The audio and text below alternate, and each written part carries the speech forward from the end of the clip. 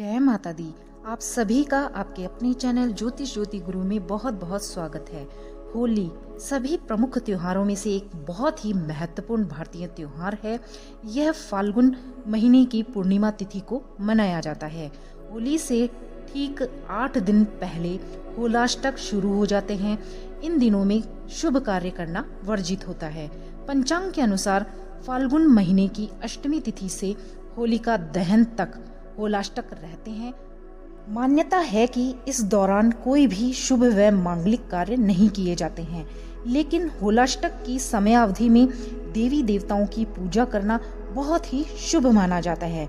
साल 2023 में अब जान लेते हैं होलाष्टक कब से कब तक रहेंगे और होलिका दहन का शुभ मुहूर्त क्या रहने वाला है।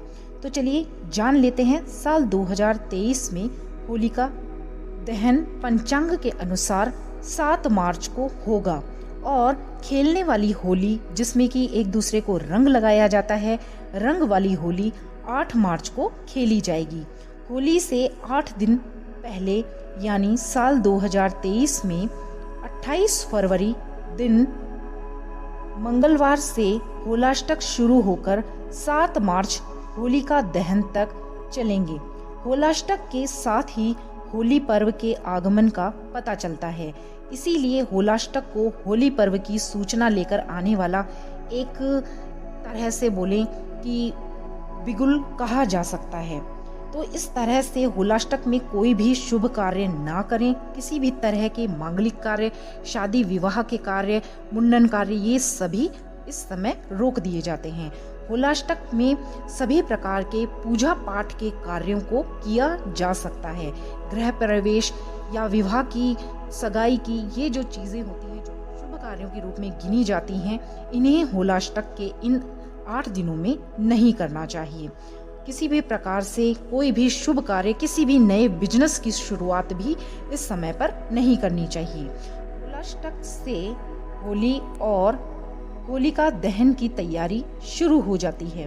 होलिका दहन फाल्गुन महीने की पूर्णिमा को मनाया जाने वाला बहुत ही महत्वपूर्ण हिंदुओं का त्योहार है। सभी भारतवर्ष में रहने वाले हिंदू धर्म के लोग इस पर्व को बहुत ही खुशियों के साथ, रंगों के साथ मनाते हैं। आजकल तो कई और धर्म के लोग भी इस त्योहार को मनाते हैं। पंचांग के अनुसार इस साल फाल्गुन महीने की पूर्णिमा वैसे तो 6 मार्च को प्रारंभ हो जाएगी शाम को 4:17 से, और अगले दिन 7 मार्च को शाम 6:09 तक रहेगी। होलिका दहन 7 मार्च को ही उसी समय पर होगा जिसमें कि पूर्णिमा चल रही होगी, और रंग वाली होली 8 मार्च को मनाई जाएगी। होलिका दहन का अब जान लेते हैं शुभ मुहूर्त क्या रहेगा, जिसमें कि 7 मार्च को आप होलिका का दहन कर सकते हैं।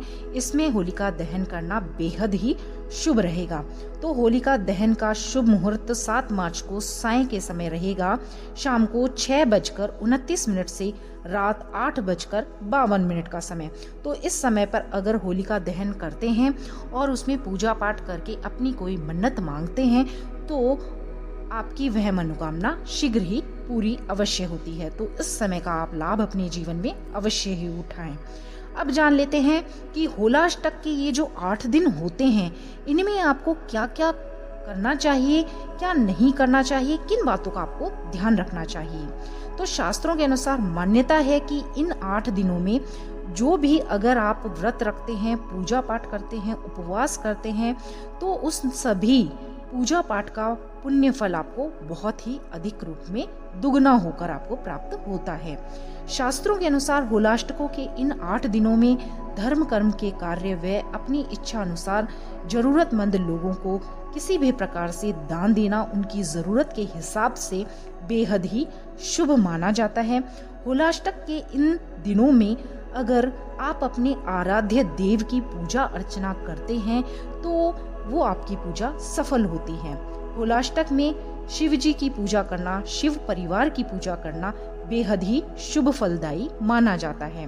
शास्त्रों के अनुसार होलाष्टक के इन 8 दिनों में यह कहना गलत नहीं होगा कि हमारे जो भी 16 संस्कार होते हैं, जिनमें कि नामकरण संस्कार, गृह प्रवेश, विवाह मुहूर्त निकालना, ये जो भी कार्य हैं, तो इन 16 संस्कार जो भी शुभ कार्य हैं, इनको नहीं करना चाहिए।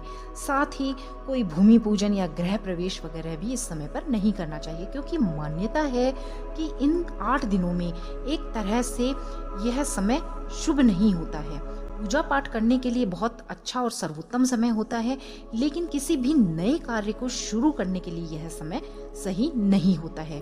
तो हो सके तो इन 8 दिनों के लिए इन सभी कार्यों को स्थगित कर देना चाहिए, और जब यह समय निकल जाए उसके बाद फिर शुभ मुहूर्त में इन कार्यों को फिर से कर लेना चाहिए। तो आशा करती हूँ आपको यह जानकारी बहुत ही पसंद आई होगी, और चैनल पर पहली बार आए हों तो चैनल को सब्सक्राइब अवश्य ही कीजिएगा, वीडियोस को लाइक शेयर कीजिएगा, और कमेंट्स में जय श्री राधे कृष्ण लिखना बिल्कुल ना भूलिएगा। तो चलिए मिलते हैं नई वीडियो नई जानकारी के साथ। तब तक के लिए आप सभी का बहुत बहुत धन्यवाद। नमस्कार, जय माता दी।